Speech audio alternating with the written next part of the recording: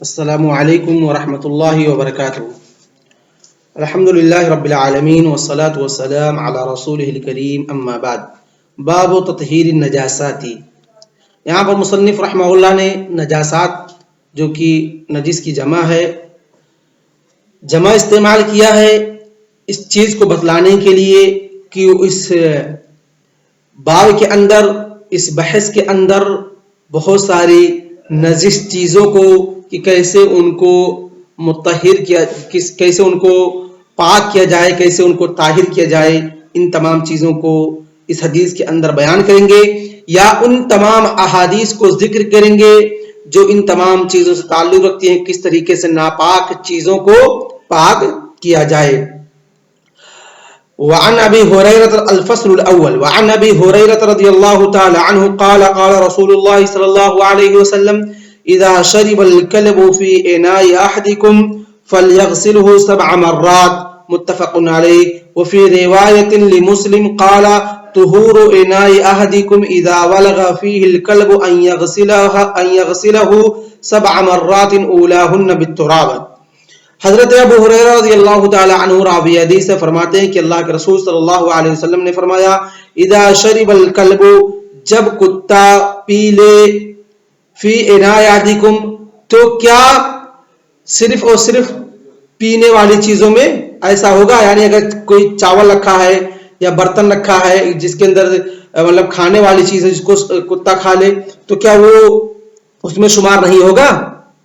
تو یہاں پر شربہ سے جو مراد ہے، یہاں ای ولغ القلب، ای ولغ القلب فی اناء احدکم، چاہے وہ پینے والی چیز ہو چاہے وہ کھانے والی چیز ہو، یعنی اذا ولغ القلب فی اناء احدکم، کہ تم میں اس کے برتن میں سے جب کتا تمہارے برتن میں کتا کیا کرے، منہ ڈال دے، اور اس میں سے چاہے کھایا ہو چاہے وہ کیا ہو، پیا ہو، فَلْيَغْسِلْهُ 7 مرات، تو احدکم، یہاں احدکم سے مراد امتلاق نہیں ہے، یہاں احدکم سے مراد یعنی امتلاق نہیں ہے کہ تملیغ اور خصوص تخصیص کے لیے لایا گیا ہے، بلکہ نسبت کی گئی ہے کہ تم میں سے کسی بھی کے آدمی کے برتن میں، یعنی کہ جس کا برتن کا وہ مالک ہو اسی برتن، نہیں عام برتن جو بھی وہ استعمال کر رہا ہے، چاہے وہ اس کا ہو نہ ہو، کسی بھی دوسرے کا ہو، کہتے ہیں فل یغسلہ، تو اس کو کیا کرے،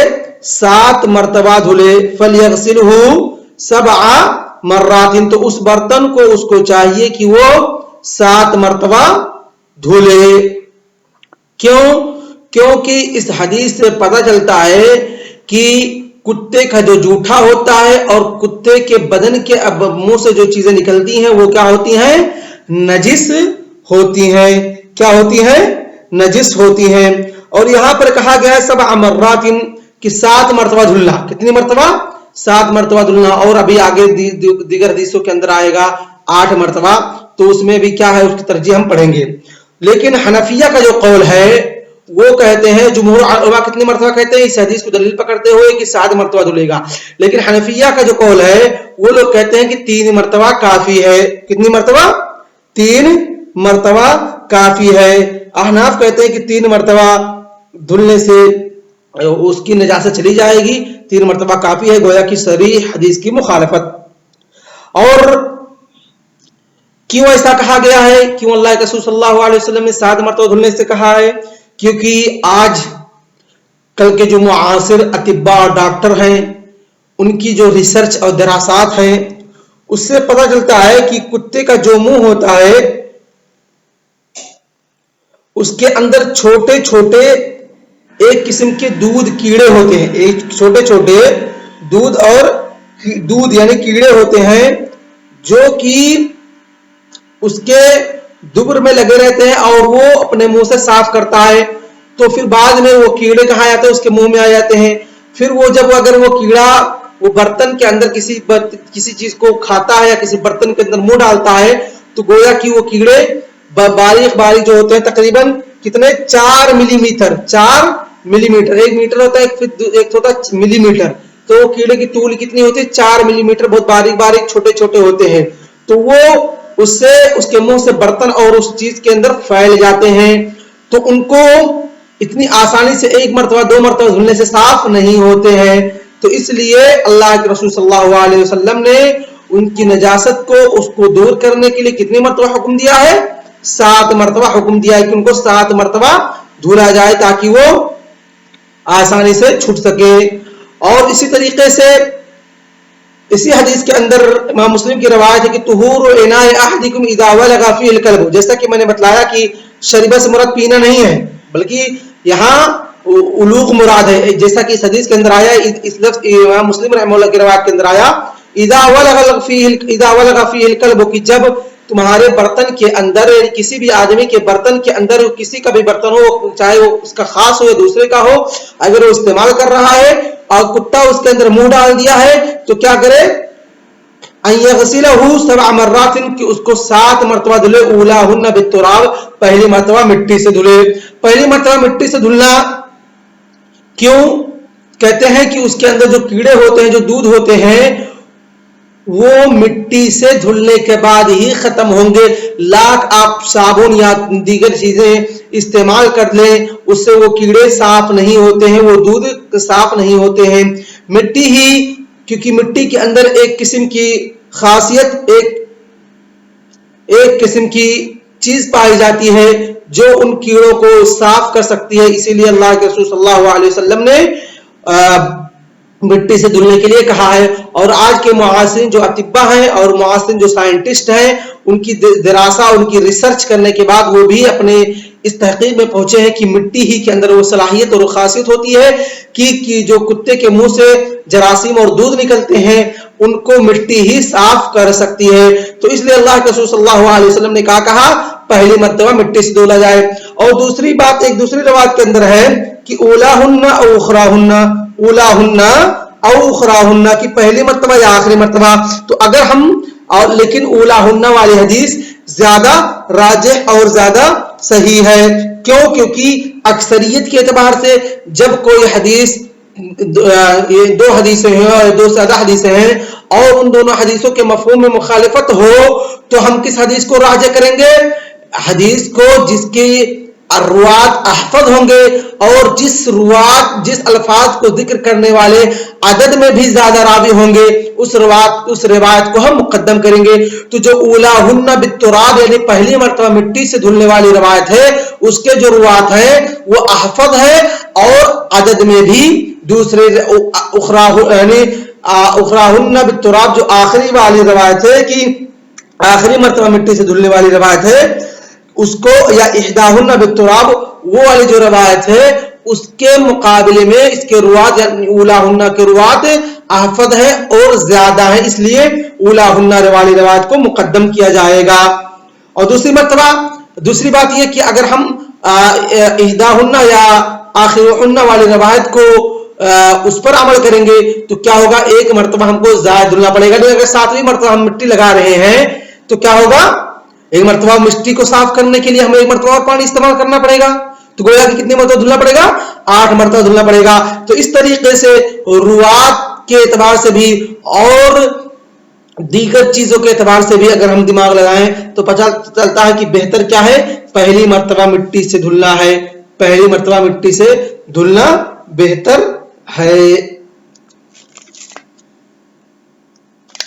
تو گویا کہ اس حدیث سے پتہ چلا کہ کتے کا جو لعاب ہوتا ہے وہ کیا ہوتا ہے؟ نجس ہوتا ہے. کتے کا جو لعاب ہوتا ہے نجس ہوتا ہے.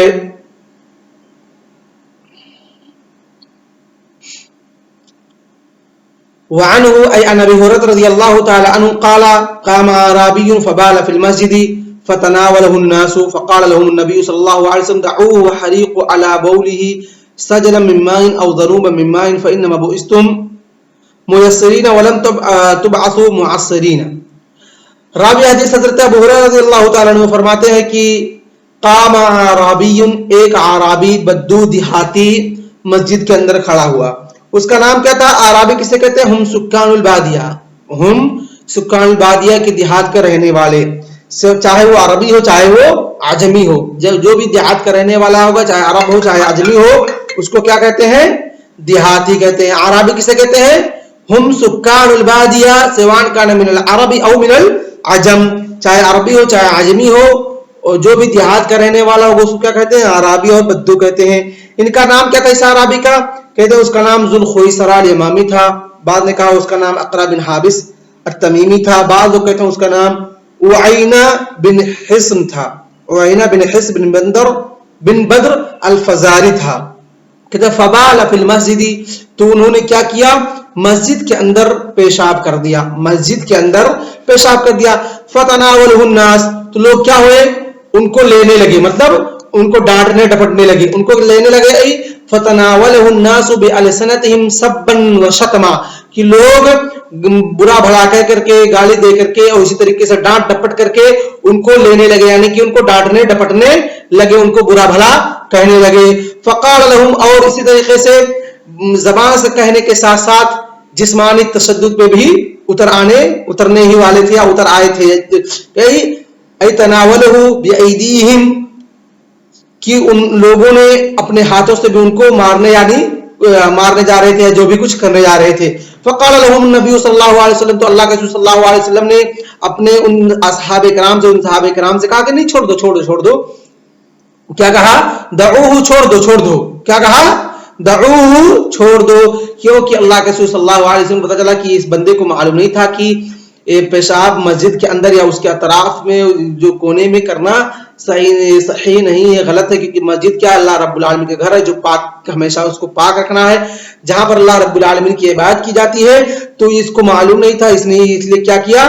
یا پہلے زمانے کے اندر مسجدیں کیا ہوتی تھیں، ایسا نہیں پتہ چلتا تھا کہ یہ مسجد کے اندر یہ حاطف، کیونکہ آج کی طرح باؤنڈری اور تمام چیزیں بنا کر کے اور چمک دمک تمام چیزیں نہیں، اس طرح نہیں ہوتی تھیں، بلکہ چھوٹا سا سے گھیر دیا، دیوار مٹی کا اٹھا دیے، اور نہ اس میں گیٹ نہ اور ساری چیزیں کچھ بھی نہیں ہوتی تھی۔ تو اس طریقے سے پتہ نہیں چلتا تھا کون حصہ مسجد کا ہے کون حصہ نہیں ہے۔ تو ہو سکتا ہے ان کو پتہ نہ چلا ہو کہ یہ بھی حصہ مسجد کا ہے کہ نہیں ہے۔ تو انہوں نے اور مسجد کون سی تھی؟ مسجد نبوی۔ وہ مسجد کون سی تھی؟ مسجد نبوی کی، اللہ کے رسول صلی اللہ علیہ وسلم کی مسجد۔ کہا دعوہ، تو جب صحابہ کرام ان کو ڈانٹنے ڈپٹنے لگے، ہاتھ سے جو مارنے وغیرہ جا رہے تھے، تو اللہ کے رسول صلی اللہ علیہ وسلم نے کہا چھوڑ دو۔ وحریقو، اور انڈیل دو، اریقو عراقہ سے ہے یا احراق سے ہے، جس کے معنی ہوتے ہیں انڈیلنے کے، بہانے کے۔ حریقو جو کہ فعل امر ہے، جمع کے لیے ہے، جمع کیا ہے؟ امر کا صیغہ ہے جو جمع کے لیے۔ حریق علی بولہ سجلا، سجل کسے کہتے ہیں؟ ایک ڈول کو کہتے ہیں، یعنی بڑا سا ڈول جس کے اندر پانی ہو۔ حریق علی بولہ سجلا من ماء، ایک بڑا سا ڈول جس کے اندر پانی ہو، اس کے پیشاب پہ لا کر کے کیا کرو؟ انڈیل دو یا ڈال دو۔ او ذنوب من ماء، یہاں پر راوی کو شک ہے کہ ذنوب کا لفظ استعمال کیا کہ دلو کا لفظ استعمال، کہ سجل کا لفظ استعمال کیا، جبکہ دونوں تقریباً سیم معنی کے لیے، تقریباً دونوں کیا ہے؟ سیم معنی کے لیے ہے۔ فکیوں، کہا کہ اس کو پتہ نہیں تھا، اور اگر انسان کوئی انجانے میں غلطی کر جائے تو کیا ہے؟ اس کو سزا نہیں دی جائے گی بلکہ اس کو معاف کر دیا جائے گا۔ کہا فإنما بعثتم ميسرین، کہ اے لوگوں، اللہ کے رسول صلی اللہ علیہ وسلم نے صحابہ کرام سے کہا تم تو آسانی کے لیے بھیجے گئے ہو، تم اس لیے بھیجے گئے ہو دنیا کے اندر، مسلمان کا نام ہی ہے کہ وہ لوگوں کے ساتھ آسانی برتے، مسلمان کا نام ہی ہے کہ وہ لوگوں کے ساتھ نرمی برتے۔ ولم تبعثوا معسرین، تم شدید اور سخت دل بنا کر کے دنیا کے اندر نہیں بھیجے گئے ہو، یعنی اگر تمہارے ساتھ کوئی غلطی کر دیتا ہے تو کیا کرو؟ تم گرچہ طاقت رکھتے ہو اس سے بدلہ لینے کے لیے، کیا کرو؟ تم اس کو اپنے اخلاق سے مارو اور تم اس کو معاف کر دو۔ تو دوسری حدیث کے اندر آتا ہے کہ وہ صحابی جو بدو تھے، جو دیہاتی تھے، جب وہ اللہ کے رسول صلی اللہ علیہ وسلم کو دیکھے کہ اللہ کے رسول صلی اللہ علیہ وسلم نے ان کا دفاع کیا ہے، اور اللہ کے رسول صلی اللہ علیہ وسلم نے ان کو بلا کے سمجھایا کہ مسجدیں جو ہیں یہ پیشاب اور اس طریقے سے تمام چیزوں کرنے کی جگہ نہیں ہے، بلکہ یہ یعنی گندگی اور ان تمام چیزوں کی جگہ نہیں ہے، بلکہ یہ مسجد اللہ رب العالمین کے ذکر کے لیے ہے، اللہ رب العالمین کی عبادت کرنے کے لیے ہے، نماز پڑھنے کے لیے ہوتی ہے، قرآن کی تلاوت کرنے کے لیے ہوتی ہے۔ تو کیا ہے؟ اس بدو دیہاتی نے جب جانے لگا تو اللہ کے رسول صلی اللہ علیہ وسلم کے لیے دعا کیا کہ اللہ رب العالمین تو اپنے رحمت اس آدمی پر، یعنی اللہ کے رسول صلی اللہ علیہ وسلم پر نازل فرما، اور ان لوگوں پر نہیں، یعنی جنہوں نے ان کو ڈانٹا ڈپٹا تھا اور اس طریقے سے مارنے وغیرہ جا رہے تھے۔ جیسا کہ دوسری حدیث کے اندر آتا ہے، وعن انس رضی اللہ تعالی عنہ قال بینما نحن فی المسجد مع رسول اللہ صلی اللہ علیہ وسلم، کہ ہم اللہ کے رسول صلی اللہ علیہ وسلم کے ساتھ ان کی مسجد کے اندر مسجد نبوی میں تھے. اذ جاء اعرابی یعنی ذوالخویصرہ الیمامی یا اقرا بن حابس یا عوینہ بن حصن بن بدر الفزاری فقام یبول فی المسجد، وہ کھڑے ہو کر مسجد کے اندر پیشاب کرنے لگے. فقال اصحاب رسول اللہ صلی اللہ علیہ وسلم مہ، تو اللہ کے رسول صلی اللہ علیہ وسلم کے ساتھ ان کو ڈانٹنے ایسا کرتے نہیں ہیں تو یہ ڈانٹنے لگے. فقال رسول اللہ صلی اللہ علیہ وسلم لا تظلموہ، تو اللہ کے رسول صلی اللہ علیہ وسلم نے کہا لا تظلموہ کہ اے لوگوں تم ان کو ڈانٹو مت، یعنی کہ ان کو پیشاب کرنے سے روکو مت، یعنی اس کو پیشاب مکمل کر لینے دو.